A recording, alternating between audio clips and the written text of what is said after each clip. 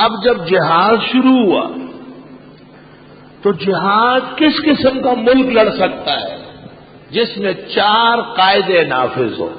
یاد رکھنا، 4 قاعدے اور قوانین ملک میں موجود ہو تو جہاد کامیاب ہوگا، ورنہ جہاد فائدہ نہیں کرے گا، مطلوبہ نتائج سے جہاد محروم ہو جائے گا. پہلا قاعدہ، ملک میں ایسا قانون موجود ہو کہ ظالم سے ظلم کا بدلہ، حتیٰ کہ کوئی قتل کر لے ناحق تو وہ مقتول کے بدلے میں قصاص ہو جائے. تو فرمایا کتب علیکم القصاص فی القتلی. یہ السیاست المدنیہ ہے. شہر میں سیاست کا عروج ہو اور سیاسی اقتدار کے حکمرانوں کو یہ قانون نافذ کرنے کی توفیق ہوئی ہو کہ وہ ظالم سے اور قاتل سے ظلم اور قتل کا انتقام لے سکے. کتب علیکم القصاص فی القتلی یا ایھا الذین آمنوا، ایمان والو، فرض تم پر بدلہ لینا مقتولین کا، قصاص نافذ ہو. ایک قاعدہ. دوسرا قانون، ملک میں کوئی شخص اور اس کا مال کوئی غلط طریقے سے نقصان نہ کرے. کتب علیکم اذا حضر احدکم الموت ان ترک خیرا الوصیہ.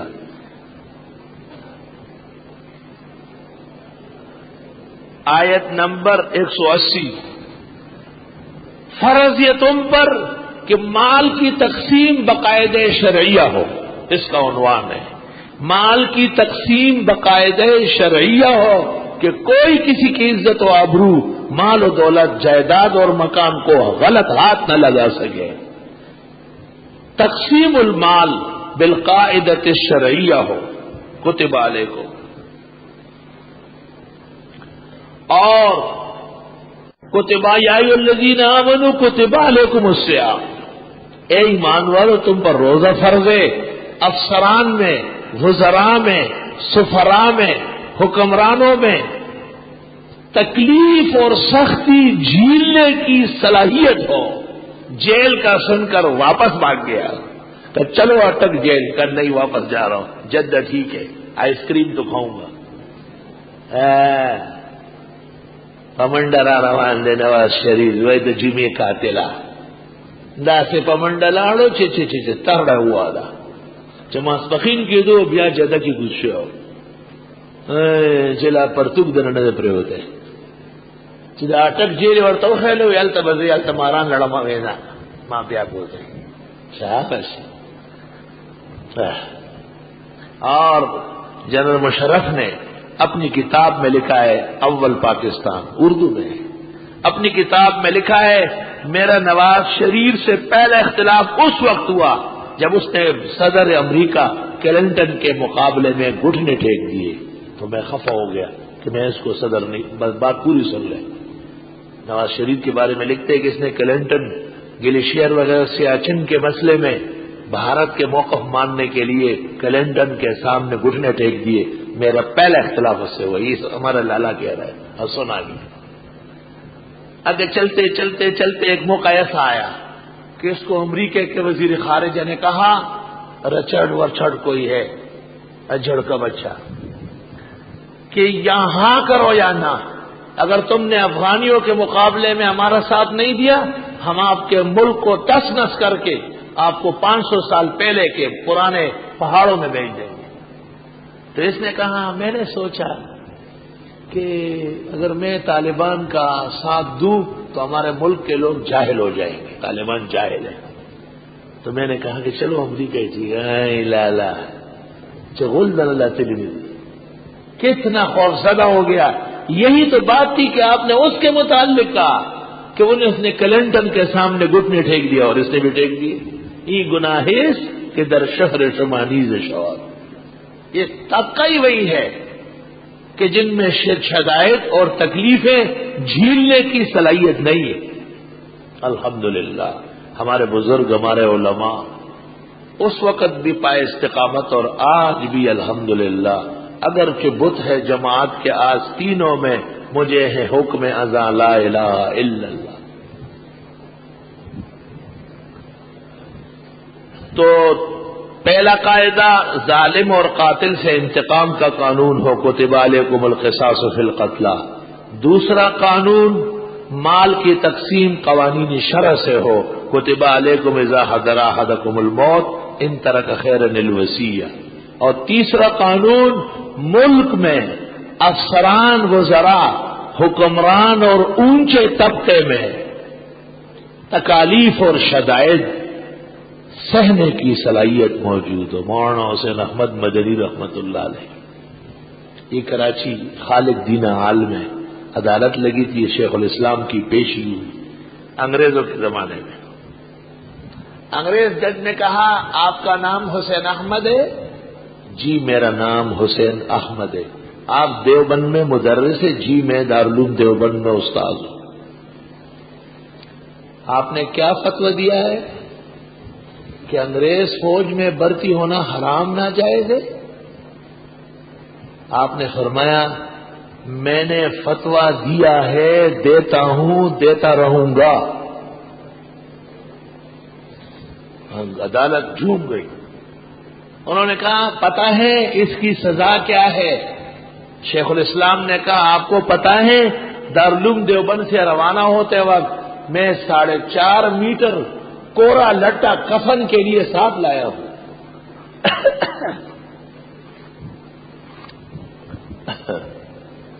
شیخ الاسلام نے کہا جو میرے سر پر سفید کپڑا بندھا ہے یہ کوڑا لٹا ہے 4.5 گز کا، اور اتنا ہی کفن سنت ہے، وہ ساتھ وہیں سے لایا ہوں۔ انگریز کچھ دیر سوچتا رہا، سمجھ گیا کہ اس عظیم ہستی کو ہٹانا آسان نہیں ہے، تو حضرت کے جیل جانے کا حکم دیا۔ حضرت مسکرائے، فرمایا بہت معمولی سزا تجویز کیا، ہم آپ کے خلاف انتہائی قدم اٹھائیں گے، ہم آپ کو ہندوستان سے نکال کے رہیں گے۔ ہماری تحریک جیلوں کی نہیں ہے، ہماری تحریک آزادی کی ہے۔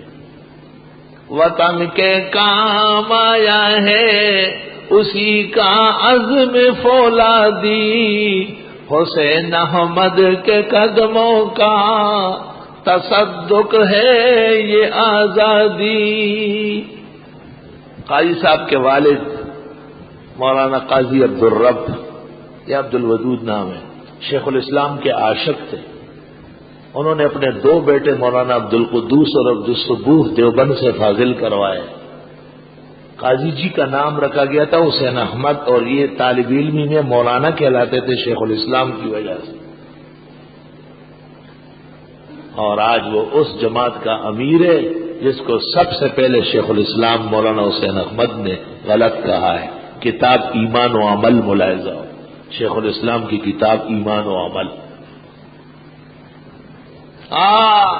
وہ کڑی او چوکری او در بدر خاک بر سر، جس نے اپنے دور میں پہلے باپ کو پھانسی کروایا، بھائیوں کو قتل کروایا، خاون کو جیل میں بند کروایا، وہ آج پاکستان کے حکمرانوں کو اپنی ہدایات و قوانین نافذ کرتی ہے۔ لن یفلح قوم ولوا امرهم امرأة، اور لوگ سمجھتے تھے کہ لیڈر ہے، وہ ڈیلر نکلے۔ لیڈنگ نہیں ہے، ڈیلنگ ہو رہی ہے، کیونکہ اس کے اوپر مقدمات سے بڑے بڑے وہ ڈری ہوئی ہے۔ یہ لالا بڑا خطرناک ہے، سب کو دباؤ میں رکھا ہے۔ ایک وہ اللہ کا نیک بندہ غیرتی باپ کا بیٹا فضل الرحمان ہے جو پائے استقامت سے حق کے لیے باطل کے مقابلے میں کھڑا ہے۔ اللہ تعالیٰ ان کی عمر میں، صحت میں اور تحریک میں ان کی مدد فرمائے۔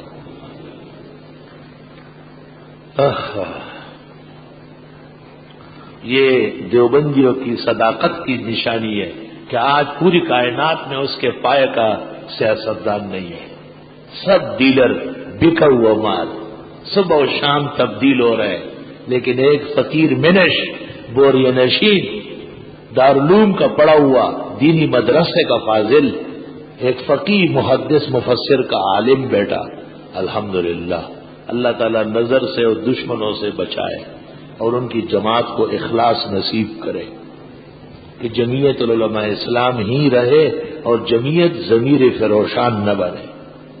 جمعیت العلماء اسلام ہی اور جمعیت ضمیر فروشان نہ بنے. اے ایمان والو، تم پر روزہ فرض ہے، بس کل یا پرسوں غلط نہیں روزہ ہو جائے اور دیکھا جائے گا کہ تم تفسیر میں کیسے جم کے بیٹھتے ہو. یہ ابتدا میں غریب طالب علم بیٹھا رہتا ہے، سیری کھائی ہوتی ہے خوب دہی اور وہ پراٹھے، اور یہ جو باہر والے ہیں نا، یہ ڈھیلے پاجامے والے، یہ چند دن نہیں آتے، ان کو نیند آتی ہے بہت، یہ جی سو گیا شاباش. اس لیے سرمایہ وہ نہیں ہے، سرمایہ طلباء ہے، درس ان کا ہوتا ہے. وہ تو آپ کے توفیل جی بھی رہے ہیں اور الحمدللہ ثواب بھی کما رہے ہیں، اور ان کی کمی کوتاہی آپ کے تعاون و مدد سے اللہ تعالیٰ پوری فرما دے گا. ان میں بھی بڑے مستقل مزاج ہے، لیسوا سواء من اہل الکتاب، سب ایک جیسے نہیں. اور تم میں بھی ایسے ہیں جو کمروں میں سوئے ہوئے نکلیں گے اور ضرب یضربو کا گردان جاری ہوگا، خواہ زواد ہو یا زواد ہو، لیکن گردان تو ضروری ہے. اللہ، اے ایمان والو، تم پر روزہ فرض کیا گیا. تیسرا قاعدہ. اور چوتھا قاعدہ اللہ، چوتھا قاعدہ یہ ہے کہ ملک میں افسران، وزراء اور حکمران طبقہ ناحق مال نہ کھائے، رشوت خوری اور رشوت ستانی کی حرمت ہو، ان پر پابندی ہو. وَلَا تَأْكُلُوا أَمْوَالَكُمْ بَيْنَكُمْ بِالْبَاطِلِ وَتُدْلُوا بِهَا إِلَى الْحُكَّامِ. ایک دوسرے کا مال ناحق طریقے سے نہ کھاؤ اور حکمرانوں تک چغلیاں اور رشوتیں نہیں پہنچاؤ. لِتَأْكُلُوا فَرِيقًا مِّنْ أَمْوَالِ النَّاسِ بِالْإِثْمِ وَأَنْتُمْ تَعْلَمُونَ. آیت نمبر 188. یہ چار قاعدے ہیں. پہلا قاعدہ یہ کہ ظالم و قاتل سے ظلم اور قتل کے بدلے کا قانون موجود ہو، کتب علیکم القصاص فی القتلى. دوسرا یہ کہ مال کی تقسیم باقاعدہ شریعہ ہو، کتب علیکم اذا حضر احدکم الموت الوصیہ ان ترک خیرا. تیسرا قانون کہ لوگوں میں تحمل الشدائد ہو اور تکلیفوں سے ڈر نہ رہے ہو، کتب علیکم الصیام، اس کے لیے روزہ فرض کیا گیا پورا مہینہ. اور چوتھا یہ کہ ملک میں رشوت نہ ہو، حرام کاری نہ ہو، حرام خوری نہ ہو. آیت نمبر 188. وَلَا تَأْكُلُوا أَمْوَالَكُمْ بَيْنَكُمْ بِالْبَاطِلِ وَتُدْلُوا بِهَا إِلَى الْحُكَّامِ. یہ چار قاعدے آج پاکستان میں نافذ کرو اور پاکستان سعودی عرب کا مثال بن جائے گا. ہر جگہ امن، آشفتگی، حسن، خوشگواری اور بہترین فضائے، سرسبز و شاداب ماحول ہو جائے گا.